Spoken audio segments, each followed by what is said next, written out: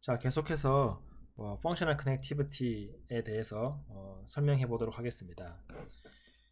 우리가 지난 시간까지 계속해서 레스팅 스테이트 펑셔널 커넥티비티에 대해서 이야기를 하고 있는데요. 이번 시간에는 좀 더 본격적으로 이 펑셔널 커넥티비티를 통해서 우리가 어떤 정보 또는 어떤 방향까지 나아갈 수 있는지에 대해서 좀 살펴보려고 합니다. 그래서 최근에 이 휴먼 커넥텀이라는 이야기를 사람들이 많이 하고 있는데요. 이 커넥텀이라는 게 이제 결국은 커넥티비티 정보를 통해서 어떻게 이 뇌를 이해할 수 있는지 또는 뇌의 기능을 이해할 수 있는지를 보는 분야라고 생각하시면 되겠습니다. 그래서 여러분들 이제 이 유전자 정보를 밝히는 프로젝트가 있었듯이 뇌의 어떤 연결성을 밝히는 거대 프로젝트가 바로 이제 휴먼 커넥텀이 되겠습니다.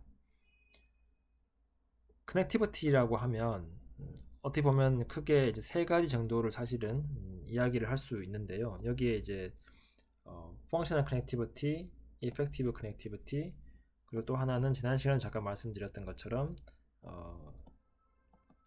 스트럭처럴 커넥티비티가 있을 수 있습니다. 그래서 펑셔널 커넥티비티는 두 개의 뇌 영역 간의 커넥티비티를 보는 데 있어서 기능적으로 어떻게 연관이 되어 있느냐를 이제 살펴보는 것이고요. 이펙티브 커넥티비티는 두 영역의 기능이 서로 어떤 원인과 결과에 의해서, 즉 하나가 원인이 되고 한 영역의 뇌 활성화가 원인이 되고 또 다른 영역의 뇌 활성화가 결과가 되는 그런 이제 선후 관계가 존재하는 커넥티비티를 우리가 이펙티브 커넥티비티라고 합니다. 마지막으로 세 번째 스트럭처럴 커넥티비티는 구조적인 관점에서 어떻게 두 영역이 많이 연결되어 있느냐를 살펴보는 것입니다. 그래서 펑셔널 커넥티비티와 스트럭처럴 커넥티비티는 크게 두 가지 축이고요. 이펙티브 커넥티비티는 그거에 이어서 그 커넥티비티의 선후 관계를 추가적으로 보는 방법이 되겠습니다. 이번 시간에 지난 시간까지 이제 펑셔널 커넥티비티 많이 이야기했었는데요. 이번 시간에는 그걸 좀 더 확장해서 보고, 그리고 펑셔널 커넥티비티와 스트럭처럴 커넥티비티의 관계에 대해서 좀 더 살펴보도록 하겠습니다. 우선 펑셔널 커넥티비티는 말씀드린 것처럼 두 영역의 기능적인 관계를 이야기하는데요. 근데 이 기능적인 관계라는 것이 결국은 예를 들면 이제 왼쪽에 있는 A 영역과 오른쪽에 B 영역의 펑셔널 커넥티비티를 따져보자 라고 했을 때 우리가 레스팅 스테이트 에페메라의 관점에서 보면 A 영역에서도 어떤 볼드 시그널이 있을 거고요. B 영역에서도 이제 마찬가지로 이제 볼드 시그널이 있을 겁니다. 그러면 이전 시간에 말씀드린 것처럼 A 영역과 B 영역의 커넥티비티, 특히 이제 펑셔널 커넥티비티는 이 두 볼드 시그널의 코릴레이션으로 볼 수 있는 거죠. 그래서 볼드 시그널이 같은 패턴으로 활성화되고 비활성화되면 두 영역의 기능적인 유사도는 높을 거다라는 이제 그런 측면이 되겠습니다.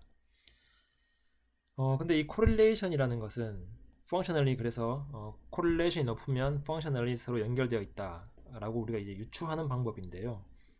이 코릴레이션은 한계가 있습니다. 왜냐하면 우리가 이제 observe된 시그널의 코릴레이션을 보는 것인데 이 코릴레이션이라는 것이 사실은 A에서 B로 이렇게 A가 원인이 되고 B가 결과가 되는 이런 이제 이펙티브 커넥티비티가 있을 수도 있고요. 또 다른 것은 이제 B가 원인이 되고 A가 결과가 되는 이런 식의 이펙티브 방향이 존재할 수 있습니다. 즉 A와 B 사이의 코릴레이션이 사실은 직접적인 코잘러티에 의해서 발생할 수 있는 것이죠. 근데 그 코잘러티는 방향성이 존재하고, 그래서 A에서 B로 가도 코릴레이션이 존재할 수 있고 B에서 A로 가도 코릴레이션이 존재할 수 있습니다. 그래서 이거 둘 중에 어떤 것인지는 알 수 없으나 다만 A의 시그널과 B의 시그널이 코릴레이션이 있다 정도만 우리가 알 수 있는 이제 그런 상태가 바로 코릴레이션이 되겠습니다. 근데 사실 이제 이 A와 B의 코잘리티가 존재해서 코릴레이션 존재하는 거는 사실 괜찮은데요. 어떤 경우가 있을 수 있냐면은 제3의 영역, 그러니까 C가 있어서 여기 이제 A가 있고 여기 이제 B가 있고 여기 밑에 C가 있어서 결국 A와 B 사이에는 직접적인 원인과 결과의 관계가 없는데 이 C에 의해서 A가 코릴레이션이 있고 또는 이제 코잘리티가 있고 C에 의해서 B가 연관이 되는 이런 관계이면 A와 B는 시그널상의 코릴레이션이 존재할 수 있다라는 거죠. 그래서 A와 B는 직접적인 관계가 없으나 C라는 공동의 매개체를 통해서 서로 연관될 수 있다. 그래서 우리가 이제 펑셔널 커넥티비티라고 이야기하는 그 코릴레이션은 사실 직접적인 관계일 수도 있고 간접적인 관계일 수도 있는, 그리고 직접적인 관계라고 했을 때 A에서 B로 방향일 수도 있고 B에서 A로 방향일 수도 있고 이런 다양한 경우의 수가 생기기 때문에 코릴레이션이 있다라고 해서 코잘리티 또는 직접적인 원인과 결과 또는 직접적인 관계라고 단정 지어서 이야기할 수는 없다라는 것을 이제 잘 알아두시면 좋을 것 같습니다.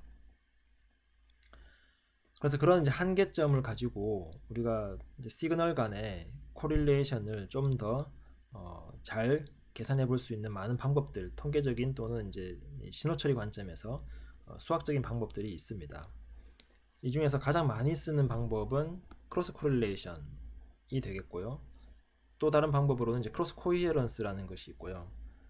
최근에는 이 크로스 코히어런스에서 어떤 공동의 요소를 보정을 해주는 그런 이제 partial correlation이라는 방법을 많이 씁니다. mutual information 또는 canonical correlation 같은 것도 많이 쓰긴 하는데 사람들이 가장 쉽게 쓸 수 있는 방법은 바로 이 cross correlation이 되겠습니다. cross correlation은 각각 시그널의 베리언스 분의 두 개의 시그널 간의 코베리언스로 계산이 됩니다. 그래서 두 개의 시그널이 같은 패턴을 보이면 그러면 이 코릴레이션 값이 높게 되는 이제 그런 상황이 되겠습니다. 이 코릴레이션은 한 시그널에 타임 t를 더해서 타임 딜레이가 있을 수 있다를 이제 가정할 수 있는데요. 예를 들면 어떤 한 시그널이 이런 사인파이고 또 다른 시그널이 똑같은 사인파인데 이렇게 약간 딜레이 돼서 나타나면 그럼 이 두 개의 시그널은 사실 코릴레이션이 굉장히 높지만 이 타임 딜레이 때문에 두 개의 시그널을 직접 비교를 하면 코릴레이션이 적게 되죠. 그래서 이 타임 t를 고려하면 사실은 높은 코릴레이션을 우리가 계산할 수 있습니다. 그래서 시그널 간의 코릴레이션을 구할 때 이 한쪽 시그널의 타임 딜레이 t를 반영하는 방법이 바로 크로스 코릴레이션이 되겠습니다. 이 크로스 코릴레이션의 프리퀀시 버전이 바로 크로스 코헤런스고요. 그래서 각각 시그널을 프리퀀시 도메인으로 프리 트랜스폼 같은 걸로 옮긴 다음에 그 프리퀀시 도메인에서 코릴레이션을 구하는 방법이 바로 크로스 코헤런스가 되겠습니다. 이 크로스 코헤런스의 장점은 타임 딜레이를 우리가 고려하지 않을 수 있다. 그러니까 이 말은 무슨 말이냐면은 아까 앞에 있는 방법 같은 경우는 특정 타임 t 딜레이를 우리가 지정해주고 코릴레이션을 구해야 되는데요. 근데 그 t가 뭔지를 알 수가 없는 거죠. 내가 지정을 해줘야 되는 것이어서 그래서 이 크로스 코헤런스 같은 방법은 그런 t를 모르는 경우 프리퀀시 도메인을 옮긴 다음에 상호한 관계를 구할 수 있는 그런 방법이 되겠습니다.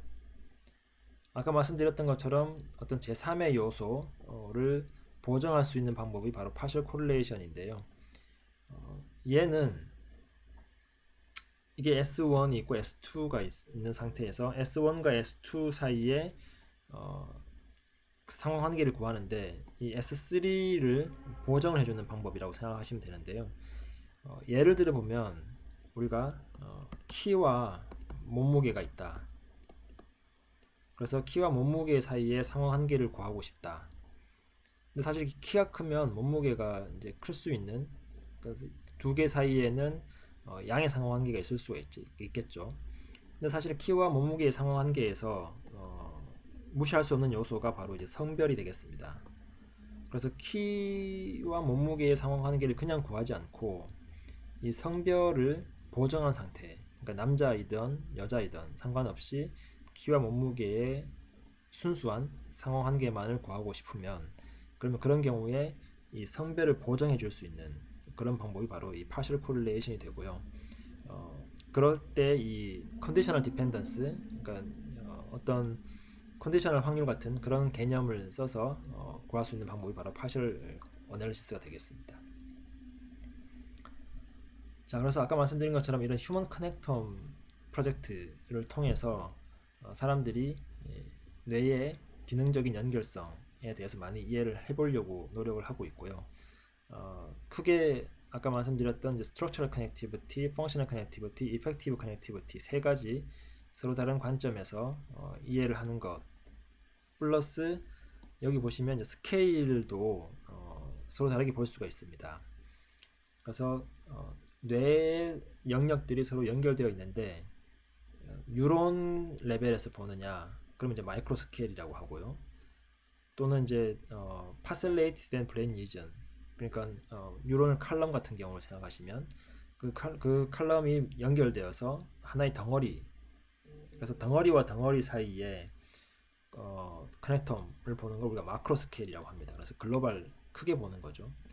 이 마이크로와 마크로 중간에 이제 메조 스케일이라는 게 있습니다. 이 메조 스케일은 여러분들 그 뇌 해부학적인 관점에서 보면 뉴런들이 칼럼 스트럭처를 많이 이제 띄게 되는데요. 이게 뇌가 그레이메타를 보면 이 뉴런들이 이렇게 칼럼 형태로 유사한 성격들을 많이 띄고 있습니다. 그래서 이 칼럼과 칼럼들 간의 연결을 우리가 주로 이제 많이 보는 거가 이제 메조 스케일이 되겠습니다.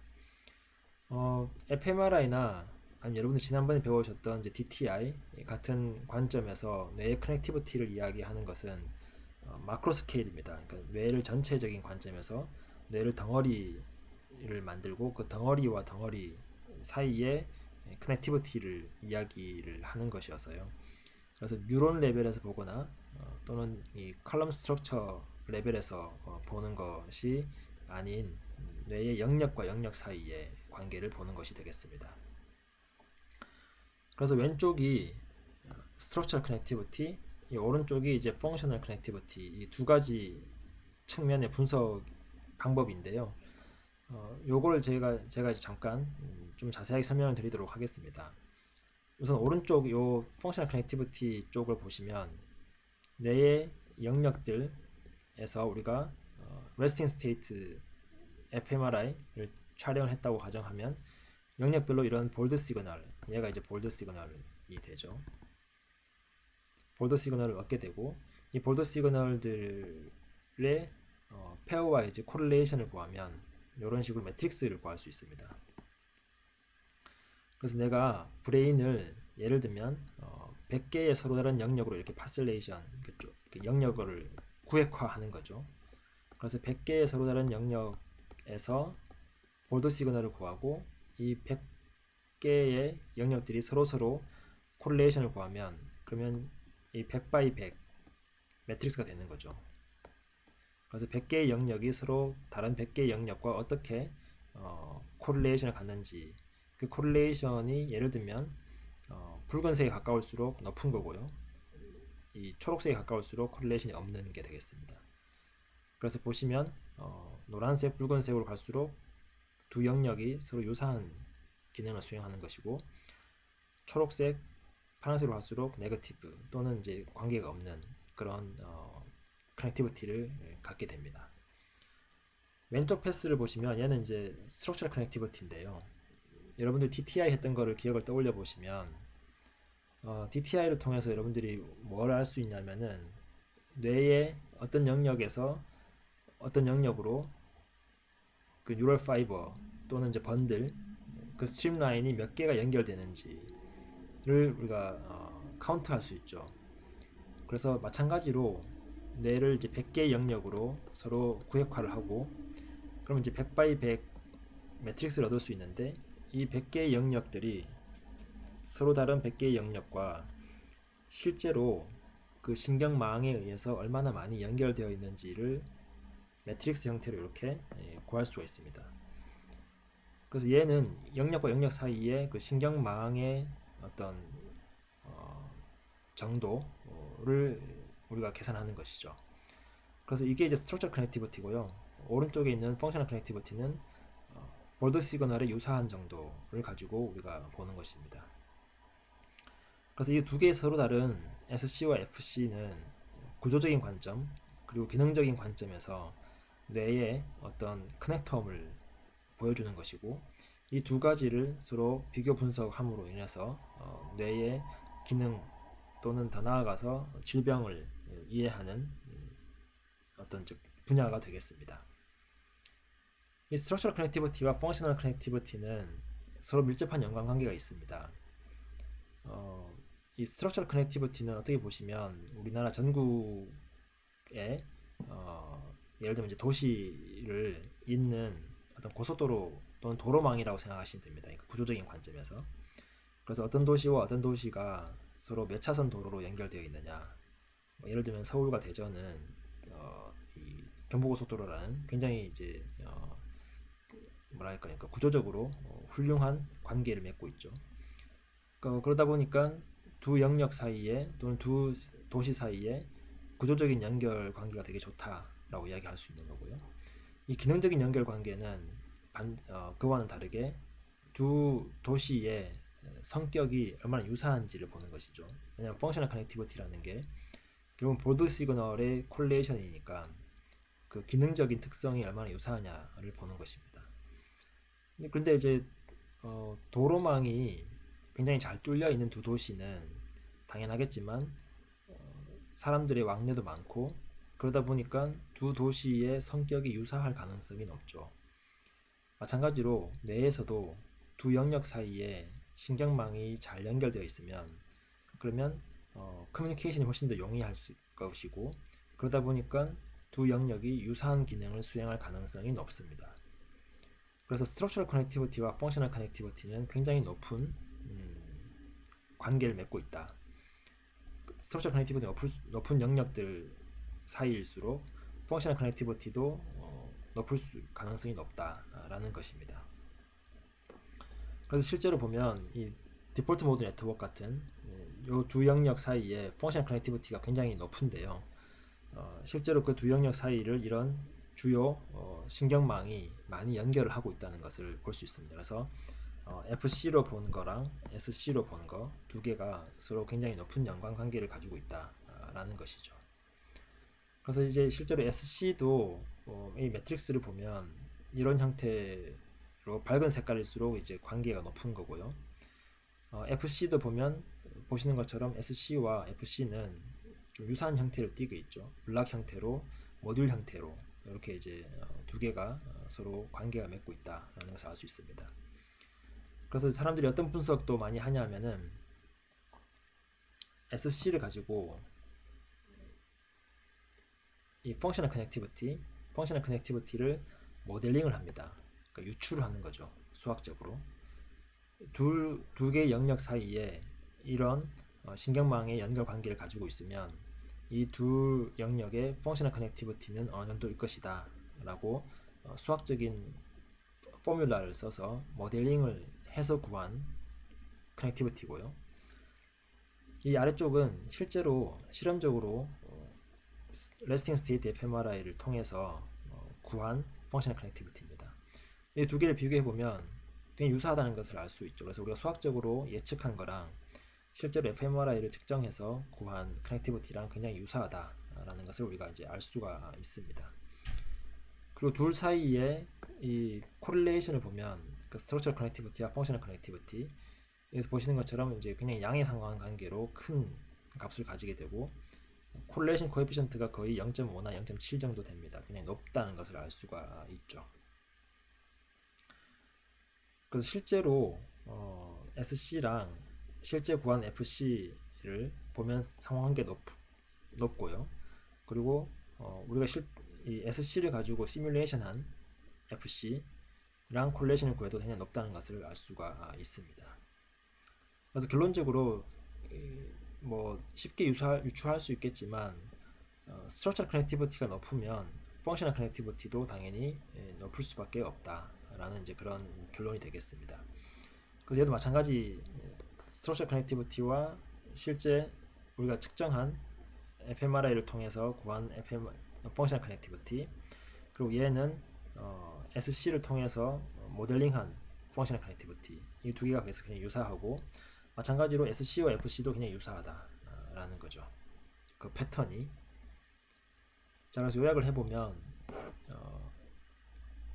우리가 뇌의 기능 또는 뇌를 이해하는 두 가지 큰 측면에서 보면 세그리게이션, 즉 어떤 뇌의 한 부위가 특정 기능을 담당한다 라는 이제 그런 관점, 큰 틀에서 틀리진 않았지만 최근에는 뇌는 서로 연결되어서 특정한 기능을 수행한다 라는 그런 이제 인테그레이션 관점의 커넥셔니즘의 이야기를 많이 하고 있습니다. 그래서 브레인 자체가 그냥 컴플렉스한 네트워크를 이루고 있고요.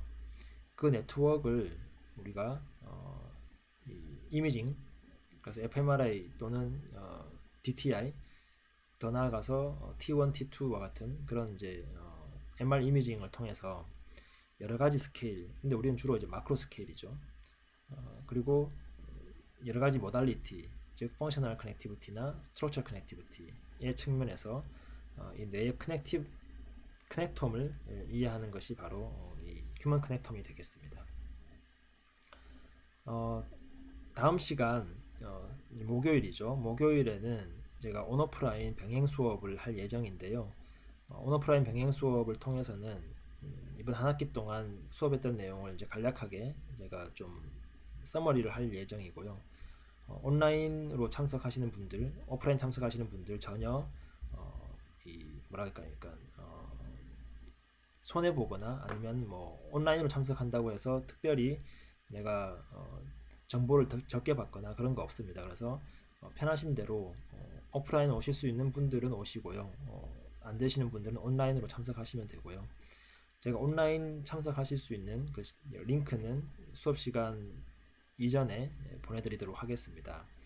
그리고 온오프라인 병행이다 보니까 당연히 이제 실시간 강의 형태로 이루어지고, 그래서 그 수업 시간에 들으셔야 된다라는 것을 이제 잘 기억을 해두시고요. 그리고 질문을 많이 받으려고 하는데 되도록이면 질문을 하실 수 있는 그런 이제 환경에서 온라인 참석을 해주시면 좋을 것 같습니다. 자, 그럼 목요일 날 온오프라인 병행 수업에서 뵙도록 하겠습니다.